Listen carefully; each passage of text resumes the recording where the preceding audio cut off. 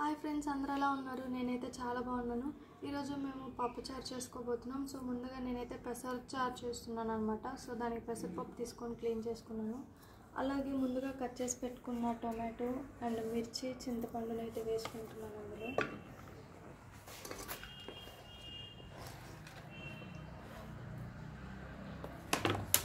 అలాగే అందులో కొంచెం పసుపు,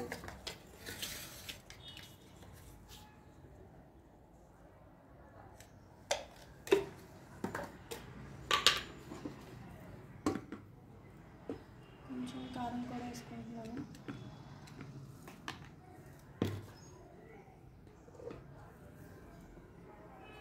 అండ్ ఇందులో సరిపడా వాటర్ పోసుకోవాలి.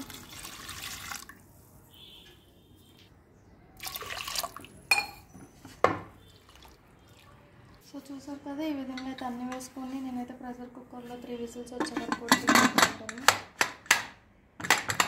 ఉడికిపోతుంది. సో నేనైతే ఇది స్టవ్ మీద పెట్టుకున్నాను.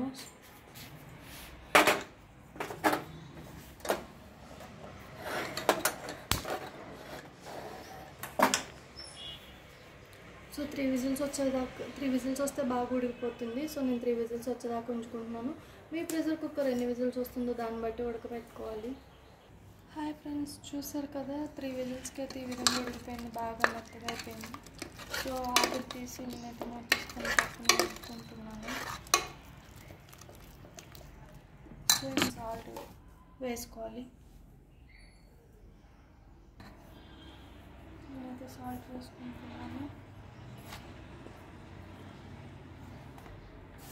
సో బాగా కలుపుకోవాలి సాల్ట్ వేసి.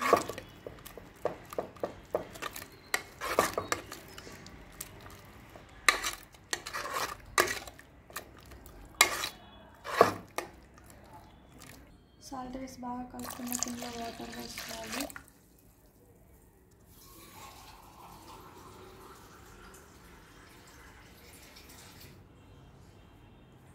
నేనైతే చారులో కాబట్టి కొంచెం వాటర్ ఎక్కువ క్వాంటిటీ తీసుకుంటున్నాను. పప్పుకైతే తక్కువ పడతాయి. సో నేను చారు కాబట్టి క్వాంటిటీ ఎక్కువ తీసుకున్న వాటర్. సో ముందుగా స్టవ్ వెలిగించి కడాయిని పెట్టుకొని హీట్ అవ్వనిచ్చాను. ఇందులో ఆయిల్ వేసుకుంటున్నాను.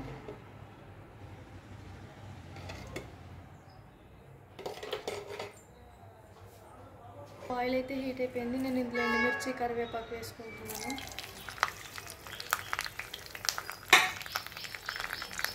ఇంకా వెల్లిపాయ, ఆనియన్ కూడా వేసుకోవచ్చు అన్నమాట. అవి మా వాళ్ళకి ఫ్లేవర్స్ నచ్చవని నేను వేయట్లేదు.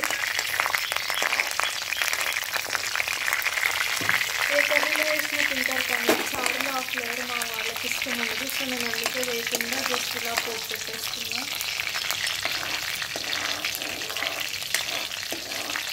సో ఇవైతే బాగా ఇందులో. సో చూసారు కదా, ఇవైతే బాగా కలిపింది. ఇందులో ముందుగా ప్రిపేర్ చేసి పెట్టుకున్న మిశ్రమం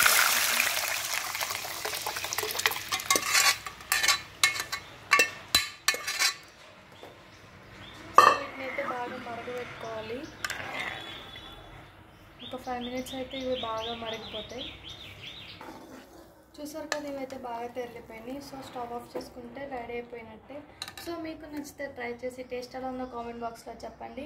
అండ్ మరిన్ని వీడియోస్ కోసం మా TFCC లైవ్ ఛానల్ని లైక్ చేయండి, షేర్ చేయండి అండ్ సబ్స్క్రైబ్ చేసుకోండి. Thank you all.